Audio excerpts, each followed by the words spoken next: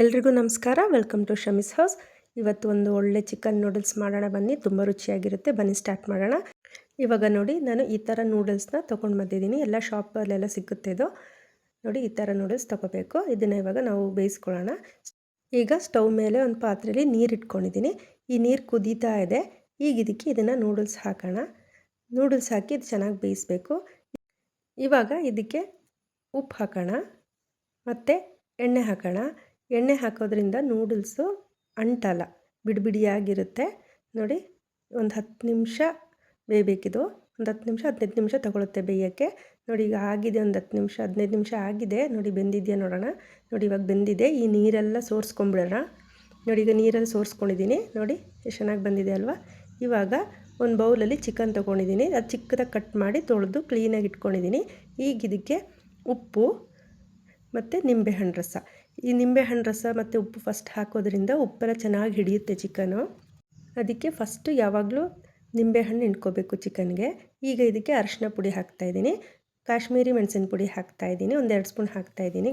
ಮತ್ತು ಇವಾಗ ಇದನ್ನು ಚೆನ್ನಾಗಿ ಮಿಕ್ಸ್ ಮಾಡಿಕೊಂಡು ಇವಾಗ ಇದಕ್ಕೆ ನಾನು ಒಂದು ಸ್ವಲ್ಪ ಚಿಕನ್ ಕಬಾಬ್ ಮಸಾಲ ಪೌಡರ್ ಹಾಕೋತಾ ಇದ್ದೀನಿ.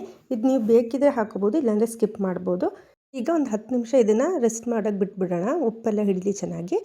ಈಗ ಸ್ಟವ್ ಮೇಲೆ ಒಂದು ಪಾತ್ರೆ ಇಟ್ಕೊಂಡು ಎಣ್ಣೆ ಹಾಕೊಳ್ಳೋಣ. ಈಗ ಒಂದು 10 ನಿಮಿಷ ಕಳೆದಿದೆ. ಈಗ ಈ ಚಿಕನ್ನ ಎಣ್ಣೆಗೆ ಹಾಕಿ ಚೆನ್ನಾಗಿ ಫ್ರೈ ಮಾಡೋಣ. ಚೆನ್ನಾಗಿ ಫ್ರೈ ಆಗಬೇಕದು ಕಬಾಬ್ ಥರ. ಅಲ್ಲಿವರೆಗೂ ಅದನ್ನು ಫ್ರೈ ಮಾಡಬೇಕು. ಯಾಕೆಂದರೆ ಚಿಕನ್ ಇದು ಬೇಯಿಸಿಲ್ಲ ಅಲ್ವಾ, ಬೇಯಬೇಕದು. ಸೊ ಅದಕ್ಕೆ ಒಂದು ಸ್ವಲ್ಪ ಹೊತ್ತು ಬಿಡಬೇಕು. ನೋಡಿ, ಅದು ನೀರೆಲ್ಲ ಬಿಟ್ಕೊತಾ ಇದೆ.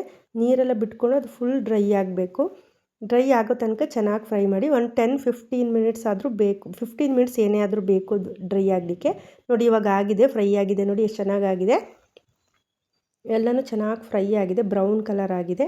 ಇವಾಗ ಇದಕ್ಕೆ ನಾನಿಲ್ಲಿ 1 ಇಂಚು ಶುಂಠಿ ಮತ್ತು ಬೆಳ್ಳುಳ್ಳಿ ಮತ್ತು ಹಸಿಮೆಣಸಿನ್ಕಾಯಿ ಇಷ್ಟನ್ನು ಚಿಕ್ಕದಾಗಿ ಕಟ್ ಮಾಡಿ ಇಟ್ಕೊಂಡಿದ್ದೆ, ಅದನ್ನು ಹಾಕ್ತಾಯಿದ್ದೀನಿ. ಈಗ ಇದನ್ನು ಹಾಕಿ ಎಣ್ಣೆಲಿ ಸ್ವಲ್ಪ ಚೆನ್ನಾಗಿ ಫ್ರೈ ಮಾಡೋಣ. ಎಣ್ಣೆಲಿ ಚೆನ್ನಾಗಿ ಫ್ರೈ ಆಗಬೇಕದು, ಹಸಿ ಸ್ಮೆಲ್ಲೆಲ್ಲ ಹೋಗಬೇಕು. ಈಗ ಇದಾದಮೇಲೆ ಈಗ ಒಂದು 4 ಈರುಳ್ಳಿ ಉದ್ದುದ್ದ ಕಟ್ ಮಾಡ್ಕೊಂಡಿದ್ದೀನಿ, ಅದನ್ನು ಹಾಕ್ತಾಯಿದ್ದೀನಿ. ಮತ್ತು 1 ಕ್ಯಾರೆಟ್ನ ಅದನ್ನು ಉದ್ದುದ್ದ ಕಟ್ ಮಾಡ್ಕೊಂಡಿದ್ದೆ, ಅದನ್ನು ಹಾಕ್ತಾಯಿದ್ದೀನಿ. ಮತ್ತು ಕ್ಯಾಪ್ಸಿಕಮ್ ಅದನ್ನು ಅಷ್ಟೇ ಉದ್ದುದ್ದ ಕಟ್ ಮಾಡ್ಕೊಂಡಿದ್ದೆ, ಅದನ್ನು ಹಾಕ್ತಾಯಿದ್ದೀನಿ. ಈಗ ಚೆನ್ನಾಗಿ ಮಿಕ್ಸ್ ಮಾಡೋಣ. ಇದು ಒಂದು 5 ನಿಮಿಷ ಎಣ್ಣೆಲಿ ಚೆನ್ನಾಗಿ ಫ್ರೈ ಆಗಲಿ. ಇದು ಎಣ್ಣೆಲಿ ಚೆನ್ನಾಗಿ ಫ್ರೈ ಆಗಬೇಕಿದು. ಎಣ್ಣೆಲಿ ಚೆನ್ನಾಗಿ ಫ್ರೈ ಆದರೆ ಬೇಗ ಬೇಯುತ್ತೆ. ನೋಡಿ, ಈಗ ಒಂದು 5 ನಿಮಿಷ ಆಗಿದೆ, ಫ್ರೈ ಆಗಿದೆ. ಈಗ ಅರಿಶಿನ ಪುಡಿ ಹಾಕ್ಕೊತಾ ಇದ್ದೀನಿ ಮತ್ತು ಕಾಶ್ಮೀರಿ ಮೆಣಸಿನ ಪುಡಿ ಹಾಕ್ಕೊತಾ ಇದ್ದೀನಿ. ಖಾರ ಎಷ್ಟು ಬೇಕು ಅಷ್ಟು ಹಾಕ್ಕೊಳ್ಳಿ. ಮತ್ತು ಉಪ್ಪು ಹಾಕ್ತಾಯಿದ್ದೀನಿ. ಅದನ್ನು ಹಾಕಿ ಚೆನ್ನಾಗಿ ಮಿಕ್ಸ್ ಮಾಡೋಣ.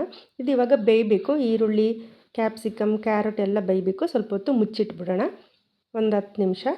ನೋಡಿ, ಒಂದು 10 ನಿಮಿಷ ಆಗಿದೆ. ನೋಡಿ, ಎಲ್ಲ ಚೆನ್ನಾಗಿ ಬೆಂದಿದೆ. ನೋಡಿ, ಚೆನ್ನಾಗಿ ಬೆಂದಿದೆ ಅಲ್ವಾ. ಮಕ್ಕಳಿಗಂತೂ ತುಂಬಾ ಇಷ್ಟ ಆಗುತ್ತೆ ಇದು. ಸ್ಕೂಲಿಂದ ಬಂದ ತಕ್ಷಣ ಇಲ್ಲಾಂದರೆ ಲಂಚ್ ಬಾಕ್ಸ್ಗೆಲ್ಲ ಮಾಡಿಕೊಡ್ಬೋದು ಇದನ್ನು. ಇವಾಗ ನೋಡಿ, ನಾನು ಸೋಯಾ ಸಾಸ್ ಹಾಕ್ಕೊತಾ ಇದ್ದೀನಿ ಮತ್ತು ಟೊಮೆಟೊ ಸಾಸ್ ಹಾಕ್ಕೊತಾ ಇದ್ದೀನಿ ಮತ್ತು ಕೊತ್ತಂಬರಿ ಸೊಪ್ಪು ಇಷ್ಟನ್ನು ಹಾಕಿ ಚೆನ್ನಾಗಿ ಸ್ವಲ್ಪ ಮಿಕ್ಸ್ ಮಾಡೋಣ. ಚೆನ್ನಾಗಿ ಮಿಕ್ಸ್ ಮಾಡಿದ್ಮೇಲೆ ಈಗ ನಾವು ಬೇಯಿಸಿಟ್ಕೊಂಡಿದ್ವಲ್ವ ನೂಡಲ್ಸು, ಅದನ್ನು ಹಾಕೋಣ. ಅದನ್ನು ಹಾಕಿ ಚೆಂದ ಮಿಕ್ಸ್ ಮಾಡಿ. ಎಲ್ಲ ಕಡೆ ಅದು ಸ್ಪ್ರೆಡ್ ಆಗಬೇಕು, ಮಸಾಲೆ ಎಲ್ಲ ಅದು ಚೆನ್ನಾಗಿ ಹಿಡಿಬೇಕು. ಆ ಥರ ಚೆನ್ನಾಗಿ ಮಿಕ್ಸ್ ಮಾಡಿ. ನೋಡಿ, ಇವಾಗ ನಾನು ಚೆನ್ನಾಗಿ ಮಿಕ್ಸ್ ಮಾಡಿದ್ದೀನಿ. ಇವಾಗ ಒಂದು 5 ನಿಮಿಷ ಮುಚ್ಚಿಟ್ಬಿಡೋಣ. ನೋಡಿ, ಒಂದು 5 ನಿಮಿಷ ಆಗಿದೆ. ನೋಡಿ, ಓಪನ್ ಮಾಡಿ ನೋಡೋಣ. ನೋಡಿ, ಚೆನ್ನಾಗಾಗಿದೆ ಅಲ್ವಾ. ನೋಡಿ, ಇವಾಗ ಸರ್ವ್ ಮಾಡೋಣ. ಇದು ಬೆಳಗ್ಗೆ ಟಿಫನ್ಗೂ ಮಾಡ್ಕೋಬೋದು, ರಾತ್ರಿ ಡಿನ್ನರ್ಗೂ ಮಾಡ್ಕೋಬೋದು, ಲಂಚ್ ಬಾಕ್ಸ್ಗೂ ಮಾಡ್ಕೋಬೋದು. ಒಳ್ಳೆ ರೆಸಿಪಿ. ನೋಡಿ, ಇವಾಗ ನಾನು ತೋರಿಸ್ತೀನಿ, ಚೆನ್ನಾಗಿ ಬಂದಿದೆ ಅಲ್ವಾ. ಎಲ್ಲರೂ ಮನೆ ಟ್ರೈ ಮಾಡಿ ಕಮೆಂಟ್ ಮಾಡಿ. Thank you.